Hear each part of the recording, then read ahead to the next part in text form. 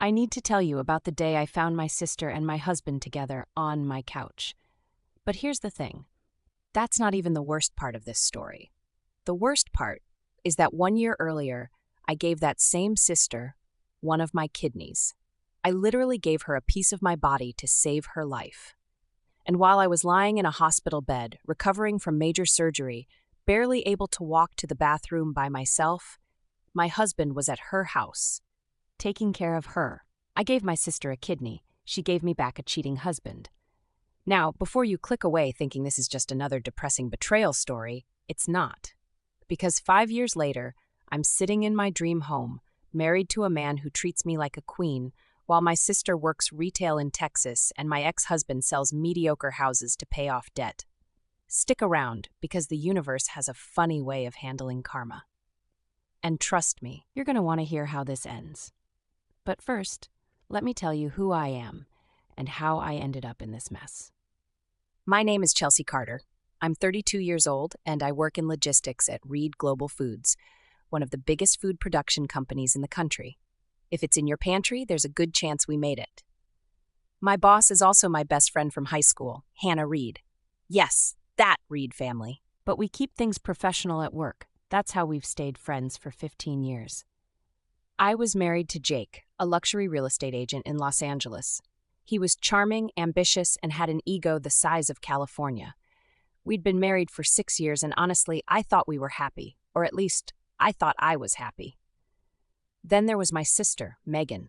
She was 28, unemployed, and still living with our parents. She was what you'd call the golden child. The one who could do no wrong, who got all the attention and support. Meanwhile, I was the independent daughter who never asked for help, which apparently meant I didn't need any attention. That dynamic had shaped my entire life, but I didn't realize how much until everything fell apart. My parents, Larry and Daria, were good people. Dad was an accountant, Mom was a teacher. They worked hard, but we were never rich. We lived in a modest 3-bedroom house, drove used cars, shopped at Target. It was a comfortable middle-class life. This is where my story really begins, with a phone call that changed everything. It was a Tuesday afternoon when my phone rang. Megan's name flashed on the screen, which was unusual. We only talked about once a month. Megan? What's wrong? I answered, sobbing, deep, terrified sobbing. Chelsea, I'm at the hospital, Megan choked out. My kidneys are failing. The doctors say I need a transplant or I'm going to die. My world stopped. Megan was only 28. How was this possible? She explained through tears that it was some rare genetic condition. Her kidneys had been deteriorating without symptoms, and now she needed a transplant urgently. I didn't hesitate. I'll get tested. I'm leaving work right now. When I told Jake that night, he seemed supportive. He hugged me, said all the right things, but there was something in his eyes I couldn't quite read. I pushed the feeling aside. I was stressed and scared, that's all. 3 days later, I got the call. I was a perfect match. 6 out of 6 antigens. The surgery was scheduled for 3 weeks out. During those 3 weeks, Jake came to some appointments with me, but he was distracted. Always on his phone, always taking work calls, always somewhere else mentally. I told myself he was just busy with his real estate deals. The night before surgery, Jake promised he'd be there when I woke up. The second you open your eyes, I'll be there, he said. I believed him. The morning of the surgery, my parents met me at the hospital. They were emotional, telling me how brave I was, how proud they were. Jake kissed me before they wheeled me into the operating room. I love you, he said. Then everything went black. When I woke up, the pain was immediate and intense. The nurse told me the surgery went perfectly, that Megan was doing wonderfully. Where's my husband? I asked. The nurse hesitated. Let me check the waiting room. She came back with my parents. Not Jake. Where's Jake? I asked, panic creeping into my voice. Mom and Dad exchanged a look, the kind of look parents give each other when they're trying to figure out how to break bad news.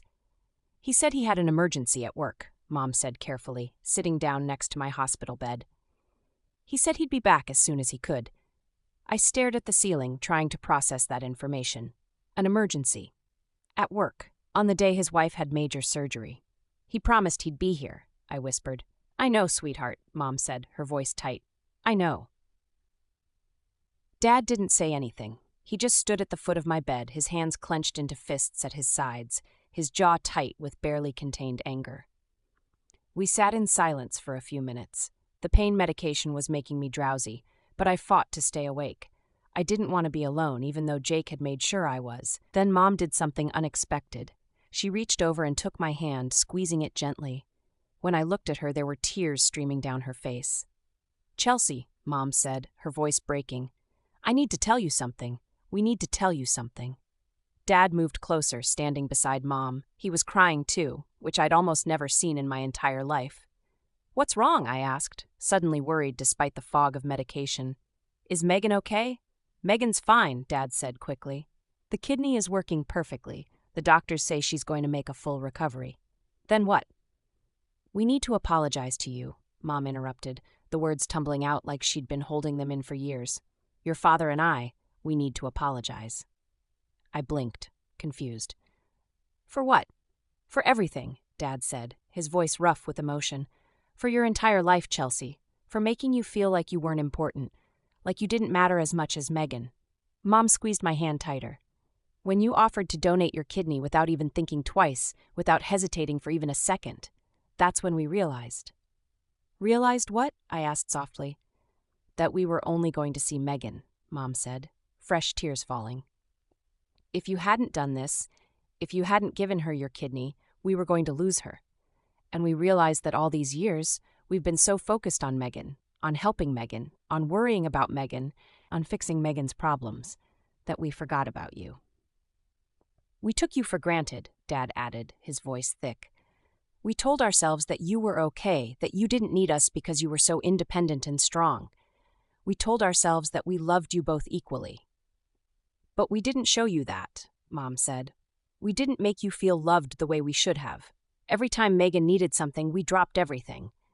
But you could be struggling, and we wouldn't even notice because we were too busy with Megan." I felt tears starting to fall down my own cheeks. "You were always the strong one," Dad said. "The responsible one. The one who had everything figured out.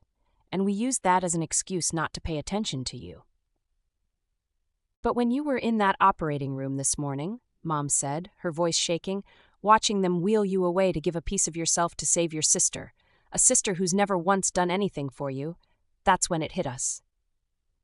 "We failed you," Dad said simply. "We made you feel like you were nothing, like you were invisible. And Chelsea, sweetheart, we are so sorry." I looked at my parents. At the genuine remorse in their eyes, the pain on their faces, the way they were both crying openly in a way I'd never seen before. For my entire life, I'd felt like the second choice, the backup, the one who didn't need attention because Megan needed it more. And here they were, finally seeing me, finally acknowledging what I'd felt but never said out loud. "We don't deserve your forgiveness," Mom continued. "We know that, but we need you to know that we see it now. We see what we did to you. And if you give us the chance, we want to do better. We want to be the parents you deserved all along." "We love you, Chelsea," Dad said. "We've always loved you, but we're going to start showing you that. Every single day." The hospital room was quiet except for the beeping of monitors and the sound of all three of us crying.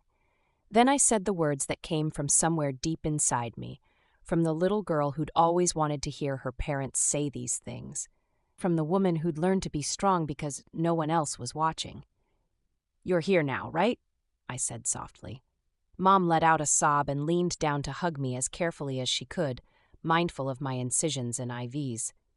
"Yes," Mom whispered. "We're here now, and we're not going anywhere."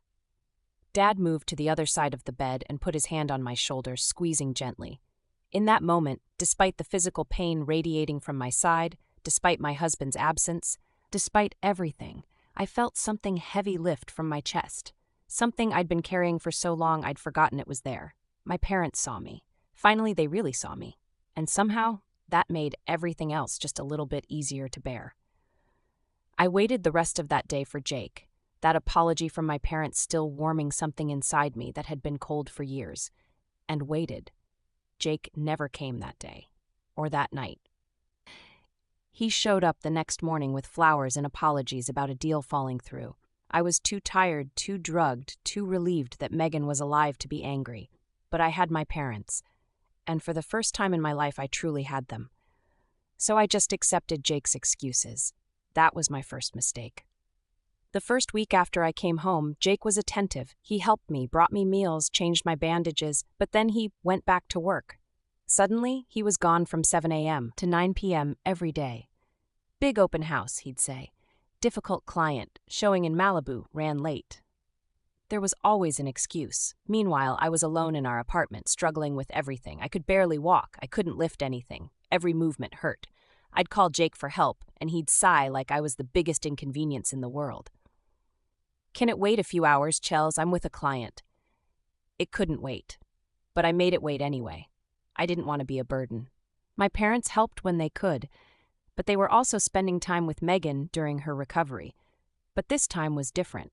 They'd call me every day. They'd come over several times a week, bringing groceries, helping me clean the apartment, just sitting with me. They'd tell me how well Megan was doing, how the kidney was working perfectly, how quickly she was bouncing back. And I was genuinely happy for her.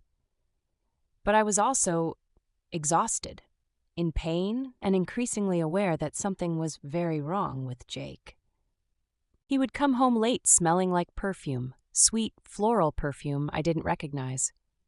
"Client wore too much," he'd explain. 6 weeks passed. I healed physically, but my marriage was dying and I couldn't figure out why. The months after my recovery were strange. Jake became distant and cold. We lived like roommates who didn't particularly like each other. He'd come home late without explanation, spend weekends at the office, and snap at me whenever I asked questions. Meanwhile, Megan was thriving. My parents posted pictures on Facebook. Megan smiling, Megan out with friends, Megan looking healthy and happy. The kidney had given her a second chance at life. Mom would mention casually that Jake had been so sweet visiting Megan during her recovery, how he'd brought her food and kept her company. Each time she said it, something twisted in my stomach, but I pushed the feeling down. Jake was just being a good brother-in-law. That's all. 8 months after the surgery, Jake started being slightly nicer. Not loving, just less hostile. I thought maybe we were turning a corner. I was so wrong.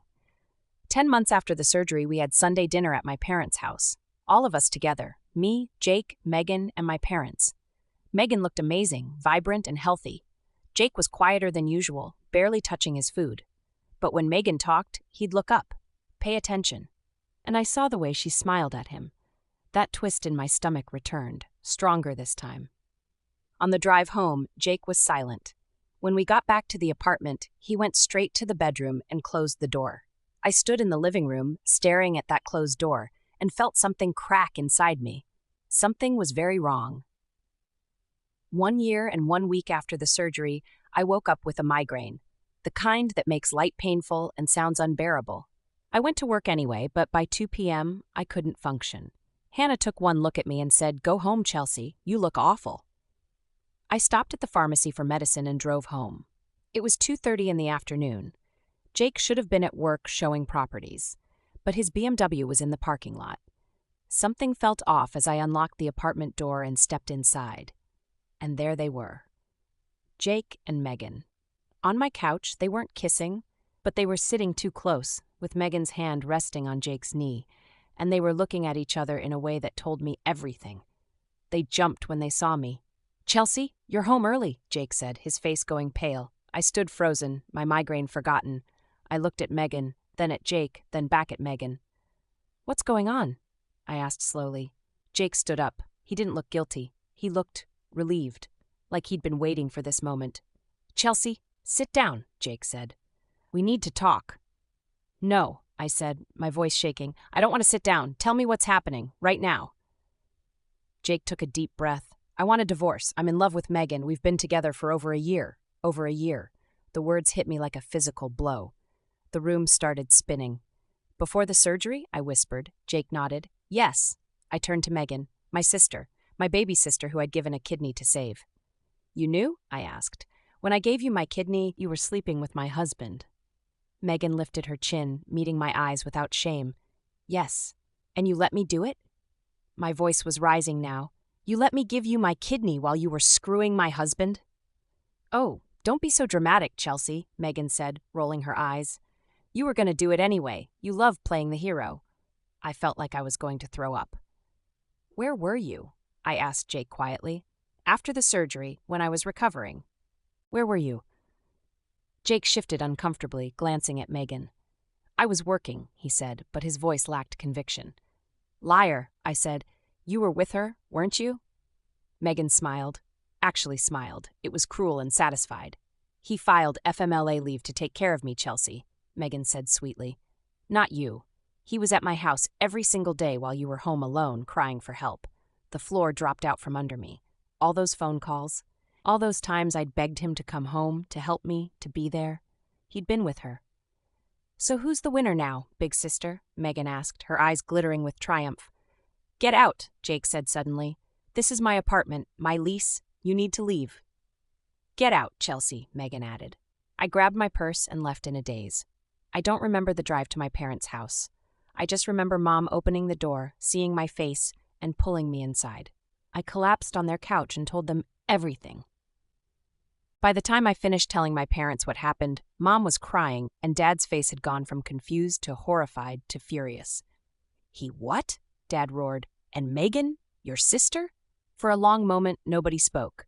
Then Dad said, call her, right now. Mom's hands shook as she dialed Megan. Megan, you need to come to the house, Mom said, her voice tight and controlled. Right now. 25 minutes later, there was a knock on the door. Dad answered it. Megan walked in, looking annoyed, like we'd interrupted something important. She was wearing a nice dress, her hair perfectly done. She looked beautiful and healthy, all because of the kidney I'd given her. What's this about? Megan asked, crossing her arms. Jake and I are going out for dinner. Sit down, Dad said, his voice like thunder. I don't want to. Sit down, Dad said. Megan sat, looking startled. Dad almost never raised his voice. Chelsea told us what you did, Mom said, her voice shaking. Tell us it's not true. Megan looked at me, then back at Mom. What did she tell you? That you've been sleeping with her husband, Dad said, for over a year, that it started before the surgery. Megan shrugged. So, Chelsea told you. Why do you need to hear it from me? Mom gasped. So it's true? Yes, it's true, Megan said, like we were discussing the weather. Jake and I are together. He's leaving Chelsea for me. How could you? Mom asked, tears streaming down her face. Chelsea gave you her kidney. She saved your life. So? Megan said. She wanted to. I didn't force her. You're sleeping with her husband, Dad yelled. While she was recovering from major surgery, you were sleeping with her husband. Ex-husband, Megan corrected. He's divorcing her. It's done. And you know what? That's because Jake loves me, Megan said, lifting her chin. Imagine, he took FMLA leave to take care of me. He'd show up after you left for work every morning, stay all day, and leave before you got home. Sometimes he'd come back later so you'd see him. The room went dead silent. He was here, Mom whispered. Every day? Every single day, Megan said proudly. He filed FMLA to take care of me, not Chelsea. She's always fine. She doesn't need anyone. You mean, Dad said, his voice shaking with rage, while your sister was home alone, recovering from major surgery, barely able to walk, calling Jake for help, he was here, in our house, taking care of you? Yes, Megan said simply. I needed him more. She gave you her kidney, Dad roared. And I'm grateful, Megan said, but there was no gratitude in her voice. But that doesn't mean I can't be with the man I love. Mom stood up, her face red and tear-streaked. Megan, this is unforgivable. You betrayed your sister in the worst possible way. You used our home while we were at work trying to support you. And that's when Megan exploded. She stood up, her face twisted with rage. You know what? Fine, Megan screamed. You want the truth? I'll give you the truth. She pointed at Mom and Dad, her hands clenched into fists. You two are embarrassingly poor. Megan shouted. You live in this pathetic little house with your pathetic little lives. You drive an old car. You shop at Target. You still have to work because you can't afford to retire. You can't give me anything I want. Mom's mouth fell open in shock. Jake has money, Megan continued, her voice getting louder. He has a BMW. He wears a Rolex. He sells multi-million-dollar houses. He can give me the life I deserve, the life I should have had. Megan, Dad started, his voice breaking. No, Megan screamed. I'm done with this family. You think I want to end up like you? Working your whole lives and having nothing to show for it? Living in this tiny house, worrying about bills? She looked at me with contempt in her eyes. At least I'm honest about what I want, Megan said.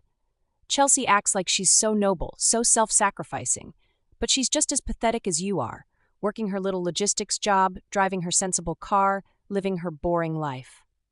Stop it, Mom whispered. Jake and I are going to have everything, Megan continued, grabbing her purse and heading for the door.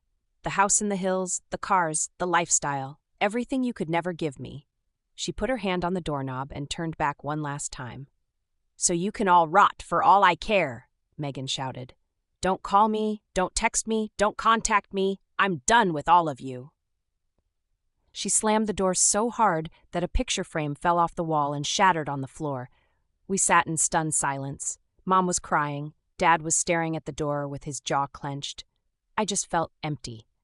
Finally, Dad spoke quietly. She's out of the will. She's out of everything, Mom agreed, her voice hollow. That night, I lay in my childhood bedroom and stared at the ceiling. I'd given my sister a kidney, and she'd taken my husband, my dignity, and any illusion I'd had about who she really was. But I had my parents, really had them. And that apology in the hospital room, that moment when they finally saw me, it had changed something fundamental between us. Even in the darkness, I held on to that. I know this is heavy. I know it hurts.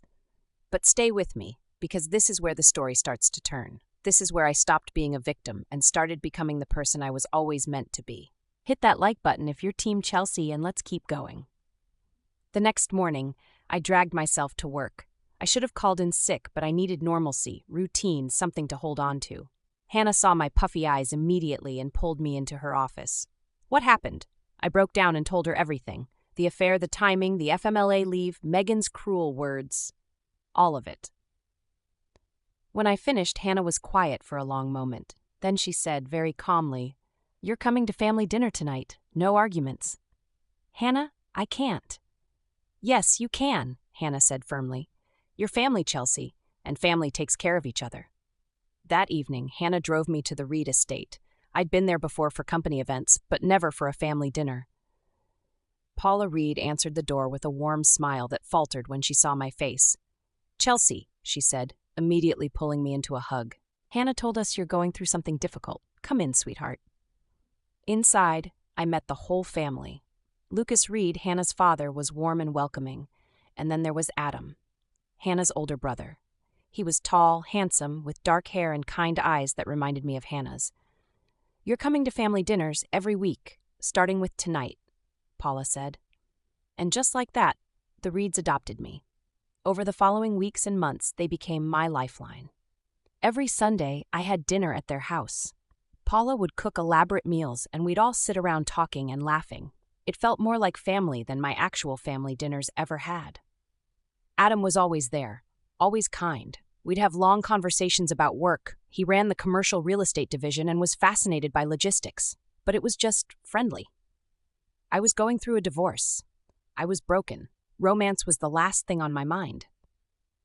Hannah had forced me to take 2 weeks off after everything happened. "You're a mess," she'd said bluntly. "You cried in 3 meetings and called a vendor Jake twice. His name is Gerald. Take time off. This is your CEO's order, not a request." So I did.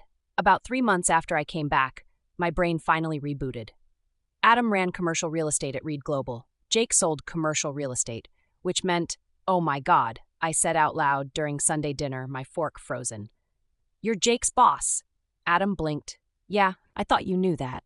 Hannah snorted into her wine. "Chelsea, you've been in crisis mode. I'm surprised you remember your own name." "I never saw you at Jake's company parties," I said. "That's because I avoid those like the plague," Adam said, grinning. "I send my assistant." The universe had a twisted sense of humor, but whatever, Jake was my past. Adam was just Hannah's brother, a friend. That's all. The divorce took 6 months to finalize. Jake dragged his feet on everything, trying to exhaust me into accepting less. But I didn't give up. When it was final, I got modest alimony and half our savings, which wasn't much since Jake had spent most of it on his lifestyle. But I got out, and that was what mattered. With my alimony and salary, I rented a small house. Tiny, but mine. For the first time in my adult life, I lived alone. I painted the walls colors I liked, bought furniture that made me happy. I didn't have to ask anyone's permission or compromise. It was my space, and I loved it. At work, Hannah promoted me to senior logistics manager. I threw myself into my job, and slowly, over months, I started to feel like myself again. Not the old self, that person was gone, but a new self. Stronger, more independent. 2 years passed. 2 years of healing, therapy, and learning who I was outside of being someone's wife or sister. 2 years of Sunday dinners with the Reeds, of becoming genuinely close to Paula and Lucas, of considering Hannah the sister I should have had. 2 years of conversations with Adam that slowly became deeper, more personal. I noticed things about him, how he listened when people talked, how he treated everyone with respect, how patient he was. But I didn't act on those feelings. I wasn't ready. Until the universe and Paula Reed decided I was. One Tuesday, Hannah walked into my office and announced, "We're going to Cabo for a week. You're coming." "Hannah, I can't afford." I tried to say no. "Dad already booked your room. It's non-refundable. You're coming." I sighed. There was no point arguing with Hannah. "Fine. When?" 3 weeks. Pack your swimsuit." The week before the trip, Lucas called. "Chelsea, we have a 6 a.m. flight. Why don't you just stay at the house the night before? We'll all leave from here." "I don't want to impose." "You're not imposing. We'd love to have you," he said. So the night before the trip, I packed my bags and drove to the Reed estate. Paula answered the door with a huge smile. "Chelsea, come in. Oh, by the way, Adam's here too. His business trip to New York got canceled last minute, so he decided to join us." Something in the way she said it made me suspicious. Adam was in the living room, reading. He looked up when I walked in, and his face lit up with a smile that made my stomach flip. "Hey, Chelsea, glad you could make it," he said. We chatted for a bit about work and the trip. Then Paula said, "Oh, Lucas and I need to run to the store. We forgot, yes, we need to buy toothpaste." I blinked. "You forgot toothpaste?" "Yes, can't travel without toothpaste. We'll be back in a bit." They practically ran out the door. Adam and I sat in awkward silence for 30 seconds. Then Adam started laughing. "What?" I asked. "They're setting us up," Adam said, grinning. "They didn't forget toothpaste. My mom has a drawer full of travel toiletries upstairs." My face went bright red. "Oh my God." "Yeah," Adam said. He walked over and sat next to me on the couch, suddenly serious. "Chelsea, I need to tell you something." "Okay," I whispered. "I've wanted to ask you out for 2 years," Adam said, looking at me with vulnerable eyes, "since the first night Hannah brought you to dinner. But you were going through a divorce, and then you were healing. I didn't want to pressure you. You needed time and space, and I wanted to give you that." He took my hand. "But my mom is apparently done waiting, and honestly, so am I." I couldn't breathe. "Adam, I had no idea." "Now you do," he said softly. "So, can I take you to dinner? Officially? When we get back from Cabo?" I looked at this kind, patient, gorgeous man who'd waited 2 years for me to be ready, who'd never pushed, never pressured, just been there. "Yes," I said. "Definitely yes." Adam smiled, this beautiful, genuine smile that made my chest ache, and then he leaned in and kissed me. It was perfect, soft and sweet and full of promise. Cabo was amazing. We didn't make things official during the trip. We just spent time together. Walked on the beach, talked for hours, watched sunsets. When we got back, Adam took me to a quiet Italian restaurant for our first real date. We talked for 4 hours straight about everything. Our childhoods, dreams, fears. Adam listened to every word without trying to fix anything. At the end of the night, he walked me to my door. "Can I see you again?" "Yes, absolutely yes," I said, giggling like a teenager. So, we started dating officially, and for the first time since everything fell apart, I felt genuinely happy. Dating Adam was easy in a way my relationship with Jake never was. Everything just flowed. We supported each other, respected each other, made each other laugh. 6 months in, I realized I was in love with him. Deeply, completely, terrifyingly in love. 1 year into our relationship, it was time for Adam to properly meet my parents as my boyfriend. I was nervous about Adam meeting my parents officially. They still lived in their modest house, drove their old Honda, shopped at Target, and Adam was Adam Reed. "What if they're weird?" I asked Hannah. "Chelsea, your parents are lovely. Adam's going to love them." I hoped she was right. That Sunday, I picked Adam up and we drove to my parents' house together. He wore jeans and a casual shirt, looking effortlessly handsome. I was a nervous wreck. "Relax," Adam said, squeezing my hand. "They're going to love me." "It's not you I'm worried about," I said. Mom had been preparing for days. She'd cleaned the house, planned an elaborate menu: pot roast, roasted vegetables, mashed potatoes, homemade rolls, and apple pie. When we arrived, Mom flung open the door. "Chelsea, Adam, come in." She was wearing her nice dress. Dad appeared behind her in a suit. My dad, who lived in polo shirts, was wearing a suit. "Mom, Dad, this is Adam," I said. "Adam, these are my parents, Daria and Larry." Adam smiled warmly and shook Dad's hand. "Mr. Carter, it's great to officially meet you." Then he handed Mom a beautiful bouquet of flowers. "Mrs. Carter, these are for you." Mom's face lit up. "Oh, Adam, you didn't have to. These are beautiful. Larry, look at these flowers." Mom disappeared into the kitchen to put them in water, and I heard her whisper, not quietly enough, "Larry, he looks like that actor, the one who played Thor. What's his name again? Chris Hemsworth?" "Daria, shush," Dad hissed back. Adam's eyes crinkled with amusement. He definitely heard that. I wanted to melt into the floor. We settled in the living room briefly before dinner. Mom brought out drinks and we made small talk. Then Mom announced dinner was ready. In the dining room, the table was set with what Mom called the good china. Really just our regular plates polished until they shined. But Mom had looked up formal dining etiquette and set out 4 forks per person. I watched Mom's eyes land on the forks, then widen with panic. Adam, sitting across from them, smiled kindly. "Just so you know, I always have to remember this too. Start from the outside and work your way in." Mom visibly relaxed. "Thank you, Adam." We started eating, and the food was incredible. "Mrs. Carter, this pot roast is amazing," Adam said after his first bite. "It reminds me so much of my grandmother's. She made pot roast every Sunday, and I haven't tasted anything like it since she passed away."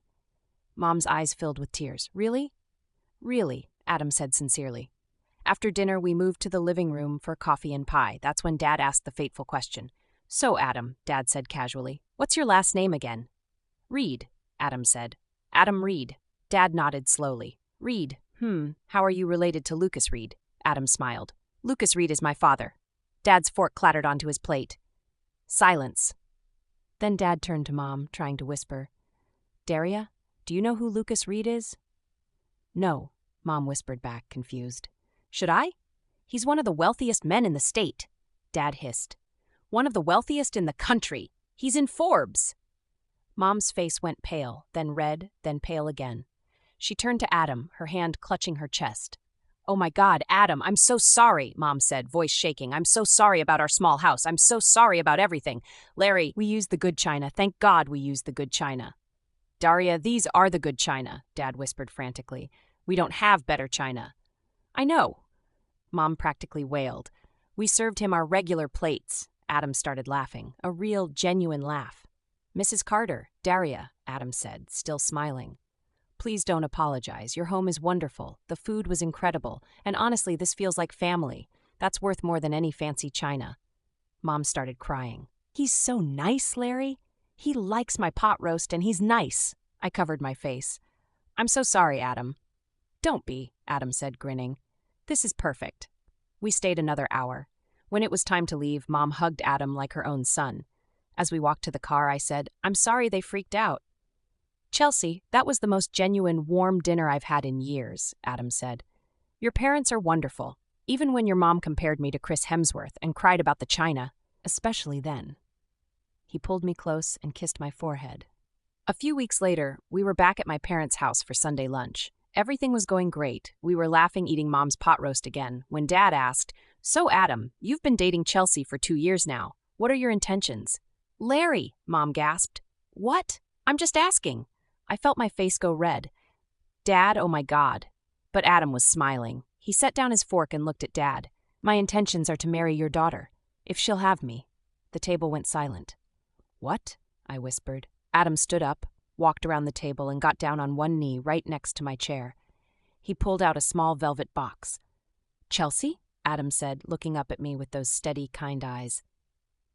"I love you. I love your strength, your intelligence, your kindness. I love the life we're building together. I don't want to wait any longer to make this official." He opened the box, revealing a stunning diamond ring. "Will you marry me?" I couldn't speak. I could only nod. "Yes," I finally whispered. "Yes." Adam slipped the ring on my finger and stood up, pulling me into a kiss. Behind us, Mom burst into tears.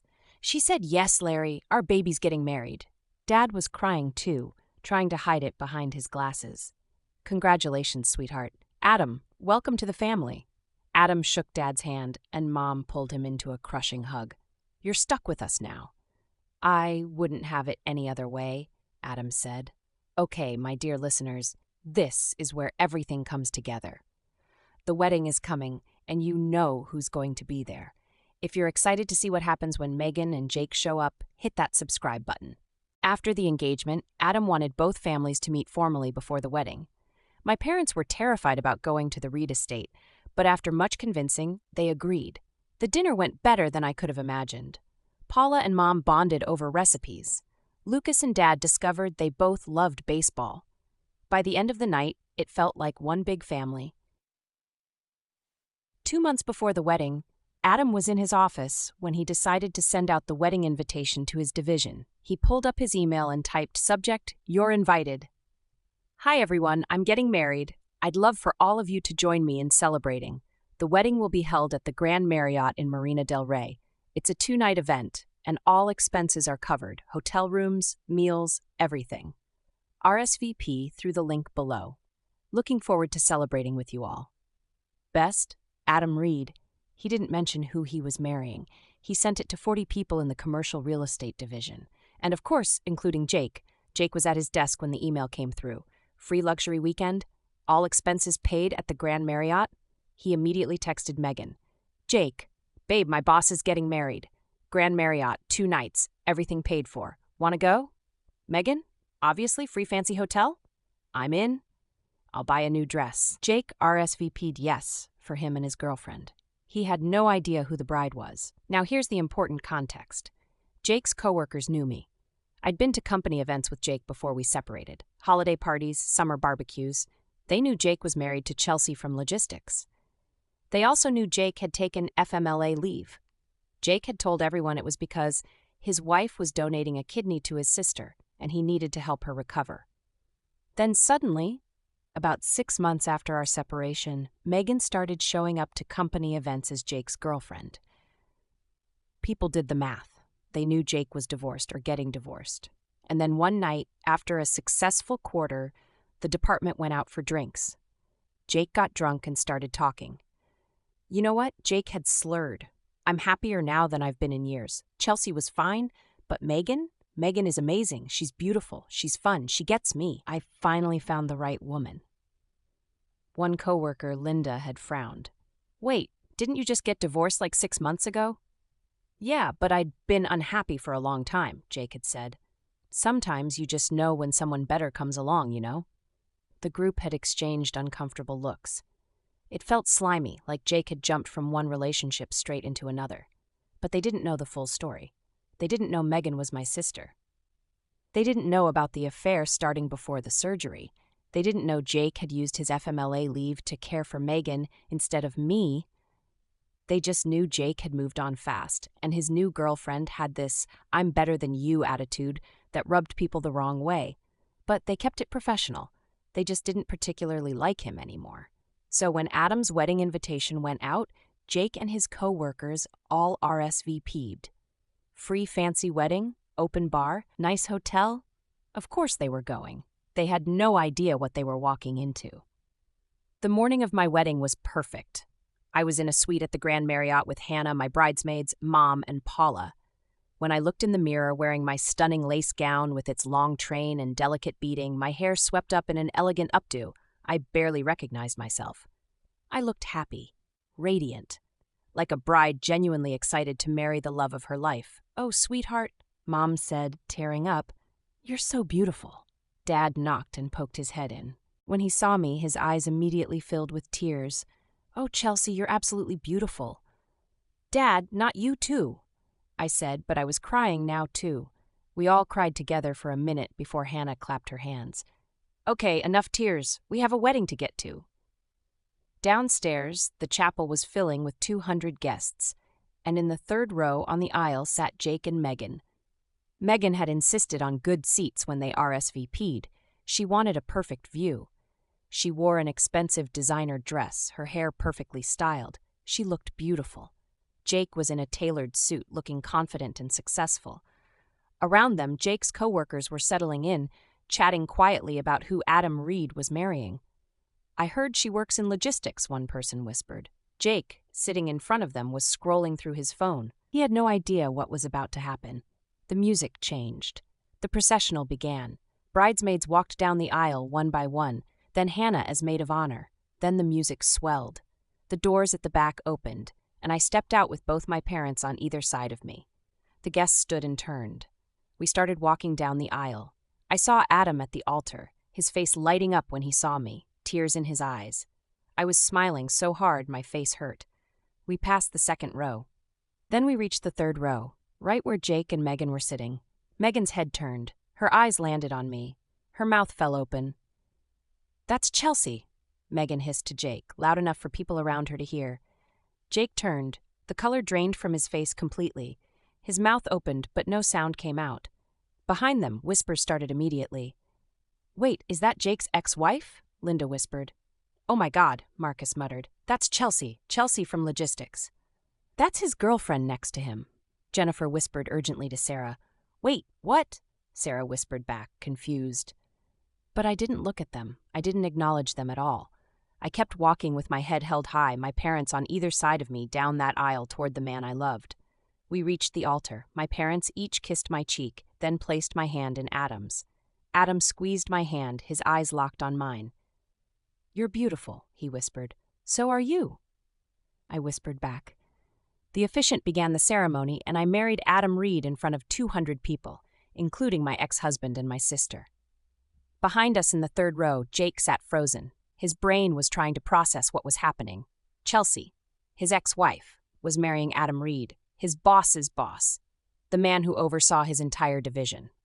Adam pulled me close and kissed me. The crowd erupted in applause. We walked back down the aisle together, husband and wife, smiling and waving at our guests. We passed Jake and Megan. I didn't even glance at them. As far as I was concerned, they didn't exist. All right, everyone, that was just the ceremony. The reception is where everything truly explodes. If you're loving this, hit that like button and let's get to the grand finale. The reception was held in the hotel's grand ballroom, and it was absolutely stunning. Crystal chandeliers, elaborate floral centerpieces, a live band, open bar, and a dessert table that looked magazine-worthy. 200 guests filled the room, laughing, drinking, celebrating. Adam and I made our entrance as husband and wife to thunderous applause. We had our first dance, then I danced with Dad and Adam danced with Paula. Hannah gave a beautiful maid of honor speech about how Adam had been in love with me from day one. Everyone laughed and applauded. Everything was perfect. Jake and Megan were sitting at a table near the back. They weren't eating, weren't drinking, just sitting there. Jake looked like he wanted to disappear. Megan looked furious. Around them, Jake's coworkers were seated at nearby tables, whispering.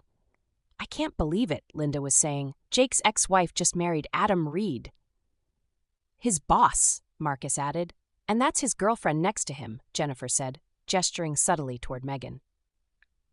An hour into the reception, dinner had been served. I was sitting at the head table with Adam, laughing with Hannah and the wedding party. I was happy, genuinely, completely happy. I hadn't thought about Jake or Megan once since the ceremony. But then I saw movement near the back of the ballroom. Megan was standing up from her table, her face set with determination. Jake grabbed her arm. "Megan, don't," Jake hissed. "Sit down." "No," Megan said, pulling her arm away. "I'm tired of watching them celebrate like they're so perfect." "Megan, please," Jake said, his voice desperate. He stood up and tried to block her path. "Don't do this. Not here. Not now." "Get out of my way, Jake," Megan said coldly. Jake's coworkers at the table were watching with wide eyes. "Jake, man, you need to stop her," Marcus whispered urgently. "I'm trying," Jake whispered back, panic in his voice.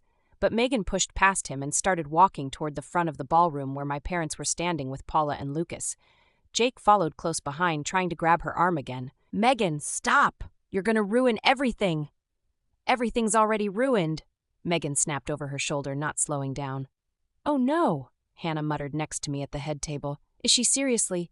Megan walked right up to my parents, with Jake trailing behind her, his face pale with panic. Well, well, well, Megan said loudly. If it isn't Daria and Larry Carter.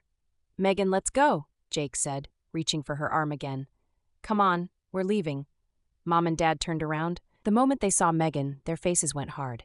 Nearby conversations stopped. People turned to look. Remember me? Megan continued, ignoring Jake completely. Your other daughter? The one you abandoned? Megan, stop, Jake said, his voice strained with desperation. Dad's jaw clenched. You're the one who cut us off, Megan. Or did you forget? You told us to rot. You said we were too poor for you. Because you are, Megan shot back, her voice rising. Look at you, standing here in your Target clothes, pretending you belong at this wedding. Megan, please, Jake begged, tugging at her arm. His face was bright red. We need to go. Now. She yanked her arm away from him. Don't touch me. Megan, that's enough, Mom said, her voice shaking. No, it's not enough, Megan said, getting louder. You two were useless parents. You couldn't give me anything. But look at Chelsea now. She gestured around the elegant ballroom, shaking off Jake's attempts to pull her back. She got everything. The rich husband, the fancy wedding, the perfect life. And what did I get? Nothing. Jake was visibly sweating now, looking around at all the people watching. His coworkers, his boss's family, clients, everyone. More people were turning to watch now. The entire ballroom was starting to notice the commotion. Behind them, at the table where Jake's coworkers sat, they were leaning forward, listening intently. Wait, Linda whispered to Marcus. She's calling them Mom and Dad? That's Chelsea's sister? Oh my God, Sarah breathed. She is the sister. Jake's trying to stop her, but she won't listen, Tom said quietly. This is bad. This is really bad. Paula stepped forward, her face calm, but her eyes ice cold. You got a kidney from your sister. Who saved your life? Megan turned to look at Paula, and for a moment she seemed at a loss for words. At Jake's table, his coworker's eyes went wide. Did she just say kidney? Jennifer whispered. The sister who got Chelsea's kidney is Jake's girlfriend? Marcus said, stunned. While Chelsea was recovering, Tom added quietly. Oh my God, and Jake's been trying to stop her from saying all this. Too late now, Linda said. Everyone heard. Jake looked like he wanted to disappear into the floor. He was still trying to pull Megan back, but she wouldn't budge. Then Adam appeared. He stepped between Megan and my parents, his face completely emotionless. Leave, Adam said quietly. Now. Yes, please, we're leaving, Jake said quickly, desperately. Mr. Reed, I'm so sorry. We're going right now. He grabbed Megan's arm more forcefully this time. But Megan looked up at Adam defiantly. Excuse me? You heard me, Adam said, his voice calm but with steel behind it. Leave, right now, or I'll have security remove you. He took a step closer. And trust me, Megan, I have very, very expensive team of lawyers. If you continue to make a scene at my wedding, I will make sure you regret it. Do you understand me? For the first time, Megan looked genuinely scared. We understand, Jake said quickly, his voice shaking. We're leaving. I'm so sorry, Mr. Reed. I tried to stop her. I'm so sorry.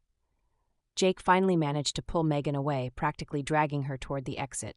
Let go of me, Megan shouted at Jake. Shut up, Megan, Jake hissed. Just shut up. Security appeared, 2 large men in suits, and moved to escort them both out. Around the ballroom, people were staring, whispering. Jake's entire table was watching in horror. So she's the sister, Linda was saying, the one who got the kidney. And she's with Jake, Marcus added. While Chelsea was recovering from giving her the kidney. Jake tried to stop her, Sarah said, but she wouldn't listen. That's disgusting, Tom said. Both of them, absolutely disgusting. As they were being led toward the exit by security, Jake suddenly stopped. Wait, Jake said, pulling away from security. Please, just wait. Megan looked at him in disbelief. What are you doing? Fixing what you just destroyed, Jake said, his voice hard. He turned around and walked back into the ballroom, leaving Megan with security. Jake, Megan called after him, furious, but Jake ignored her and walked straight to our table, his hands shaking. Mr. Reed, Jake said, his voice quiet and shaking. Chelsea, I'm so sorry. I'm so sorry for what just happened. I tried to stop her. I tried. Adam's face was unreadable.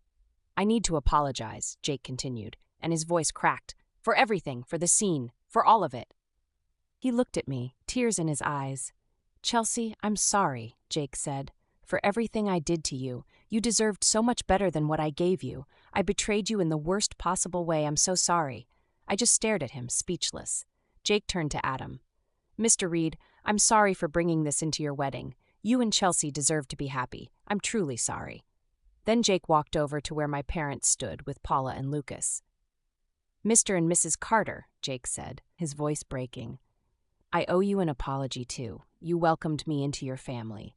You trusted me with your daughter, and I betrayed that trust. I'm sorry. You deserved better. Chelsea deserved better." Mom and Dad just stared at him, stunned. Jake nodded once, then turned and walked back to where security was still holding Megan at the door. Megan looked at him with pure rage. "I can't believe you just did that. You apologized to them?" "Let's go," Jake said flatly, not looking at her. Security escorted them both out. There was a moment of stunned silence in the ballroom. Then, from Jake's table, Linda stood up with her wineglass raised. "To Chelsea," Linda called out loudly. "This is the best revenge ever." Several other women stood up, raising their glasses. "To Chelsea," they echoed. Jennifer leaned over to Sarah and said, loud enough for others to hear, "She gave her sister a kidney, the sister stole her husband, and now Chelsea married the boss? That's not revenge, that's karma." "And she looks stunning," another woman added. "Like an absolute queen," Sarah laughed. "Chelsea won. She absolutely won." The women at the table clinked their glasses together, all of them beaming in my direction. I felt my face heat up, but I was smiling. Hannah squeezed my hand. "You did win," Hannah whispered. "You absolutely did." Then Lucas raised his glass high and shouted with a huge smile, "To the bar, everyone. Let's keep celebrating." The crowd cheered, and just like that, the party resumed. Adam found me and pulled me into his arms.